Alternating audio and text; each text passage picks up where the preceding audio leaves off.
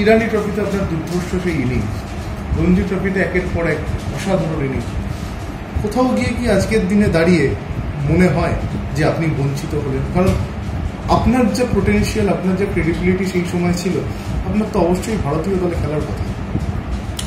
দেখো, আমি পেছনে তো তাকাই না, but I am really thankful to god যে ভগবান এমন আছে, ভগবান যেখানে কাউকে কোনো জায়গায় ঘাটতি দেয়, আরেকটি জায়গায় সেটা পুষিয়ে।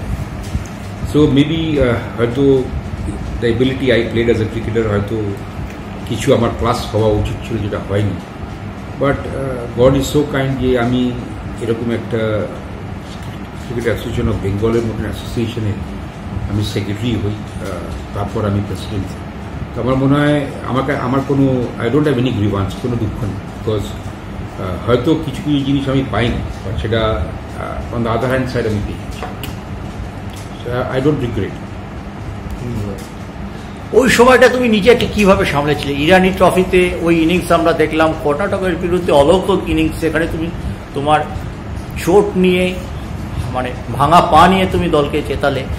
তখন তোমার মনের মধ্যে কি চলতো?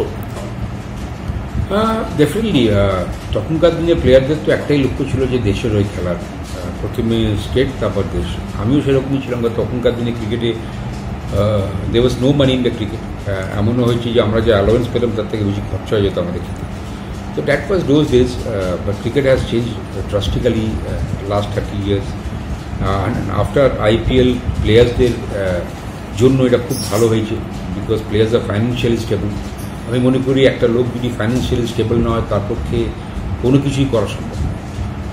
আমি যদি mentally I am not stable, তাহলে আমি যদি ফাইন্যান্সিয়ালি নট স্টেবল, তাহলে আমি এক্সট্রা এফোর্ট লাগাবো কি? এখন when I retired I was only 29. আমি যখন ডেবিউ করি আমি 18 বছরের ছেলে, রিটায়ার করি 29-এ। যে কোনো ক্রিকেটারের দেখবে সবসময় দেওয়া ইন দ্য প্রাইম, আর আমি ওই সময় ছেড়ে দিয়েছি। কারণ আমার কাছে তখন ক্রিকেট খেলার জন্য why should I play cricket, এই প্রশ্নটা এসে গেছিল।